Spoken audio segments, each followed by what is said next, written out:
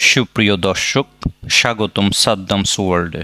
আজ 14 জুলাই 2025, আর আমরা কথা বলছি সেই মানুষদের নিয়ে যারা চক, মার্কার আর ডাস্টার এবং ওয়াইপার নিয়ে প্রতিদিন দেশের ভবিষ্যৎ গড়ছেন, কিন্তু তারা নিজেরাই জানেন না কখন পেট চালানোর টাকা হাতে পাবেন। হ্যাঁ, কথা বলছি এমপিওভুক্ত বেসরকারি স্কুল কলেজের শিক্ষক কর্মচারীদের নিয়ে। জুন মাস শেষ হয়েছে, আজ 15 দিন হয়ে গেল, অথচ এমপিওভুক্ত প্রায় 5 লক্ষ শিক্ষক ও কর্মচারী এখনও পাননি তাদের ন্যায্য বেতন।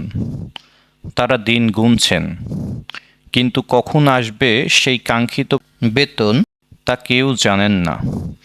শিক্ষা অধিদপ্তরের নিয়ন্ত্রক যারা তাদের অফিস কক্ষে বসে সিদ্ধান্ত নেন, তারা কিন্তু মাসের 1 তারিখের মধ্যেই ইএফটির মাধ্যমে বেতন পেয়ে যান। কিন্তু এই শিক্ষকরা যারা দেশের সবচেয়ে গুরুত্বপূর্ণ পেশার সঙ্গে জড়িত, তারা মাসের পর মাস অপেক্ষা করতে থাকেন অনিশ্চয়তার মধ্যে। শুধু তাই নয়, প্রায় 25% শিক্ষক এখনও ইএফটি সুবিধা থেকে বঞ্চিত। এক এক জেলা, এক এক উপজেলা শিক্ষা কর্মকর্তার গাফিলতির কারণে দেরি হচ্ছে ফান্ড ছাড়ে। অনেকে শুনছেন আজ 14 তারিখ বেতন হবে, কিন্তু হয়নি।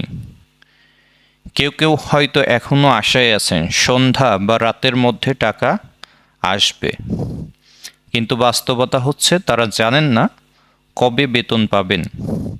এমতো অবস্থায় একজন শিক্ষক যখন নিজের সন্তানের মুখে খাবার তুলে দিতে পারছেন না, অথবা মাসের ভাড়া দিতে দেরি হচ্ছে, তখন কিভাবে মন দিয়ে পাঠদানে মনোযোগী হবেন? শিক্ষকের সম্মান আর জীবনের মান যদি একই হয়, তবে শিক্ষার গুণগত মান কিভাবে বাড়বে?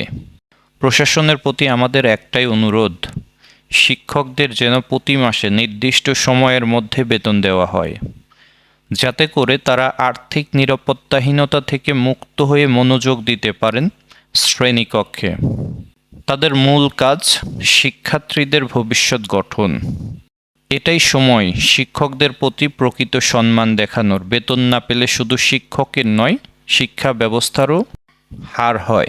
দর্শক, যদি আপনি একজন শিক্ষক, শিক্ষার্থী বা অভিভাবক হয়ে এই অবস্থা নিয়ে উদ্বিগ্ন হন, তবে ভিডিওটি অবশ্যই শেয়ার করুন এবং কমেন্টে আপনার মতামত জানান।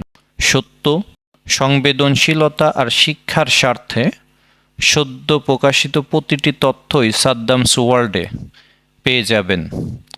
সাবস্ক্রাইব করে পাশে থাকুন। ধন্যবাদ।